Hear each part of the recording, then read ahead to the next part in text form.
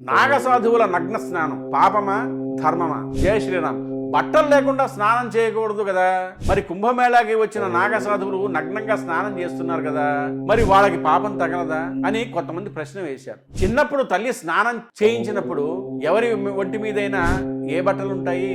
అమ్మ ఒళ్ళో స్నానం చేసినప్పుడు నగ్నత్వమేగా. గంగ కూడా అమ్మ కాబట్టి నాగసాధువుల నగ్న స్నానం తప్పు ఎలా అవుతుంది?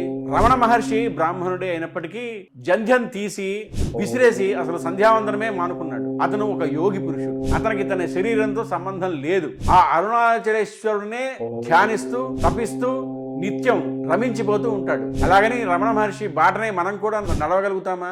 పిచ్చివాడిని అనుసరించకూడదు, సన్యాసిని అనుకరించరాదు. అసలు సంధ్యావందనం చేయకుండా ఉండొచ్చా? ఇది అందరికీ సాధ్యపడే విషయం మాత్రం కాదు. నాగసాధువులు కూడా తమకు తాము పిండం పెట్టుకుని బట్టలతో సహా వదిలేసిన వారు. మనం ఇలా కాదు కదా. ఒంటి మీద కనీసంలో కనీసం స్నాన శాఠీ లేకుండా స్నానం చెయ్యకూడదు. ఇది వివరణ చేసింది సామాన్యుల కోసం, బేవర్ సన్నాసుల కోసం అయితే కాదు. మీకు ఇప్పుడు ఒక ప్రశ్న, నాగసాధువులు ఎక్కడ నివాసం ఉంటారు?